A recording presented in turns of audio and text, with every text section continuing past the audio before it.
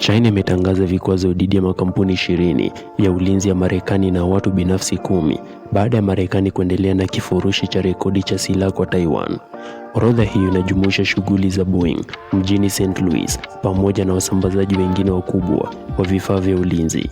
Beijing ilisema mali zozote ambazo makampuni yaliyolengwa yanamiliki nchini China zitagandishwa na taasisi pamoja na watu binafsi wa China wamepigwa marufuku kufanya biashara nao.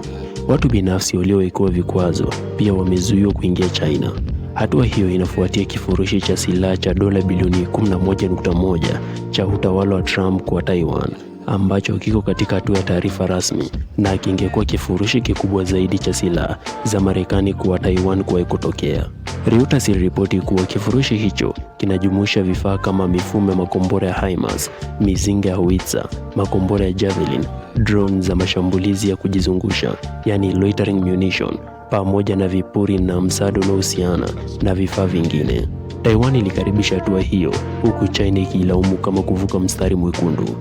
Vikwazo vya China vinalenga upande wa ulinzi wa sekta ya anga Marekani na vinatuma ujumbe wa wazi wa kisiasa. Licha ukweli kwamba Beijing na Washington bado zinaunganishwa kwa karibu katika sekta ya anga na biashara. Kwa Boeing, hali hii inaonyesha jinsi siasa za kijiografia zinavyoweza kuathiri kwa haraka sekta ya anga hata pale lengo la moja kwa moja linapokuwa kitengo mahususi cha ulinzi badala ya biashara yake ya ndege za kibiashara.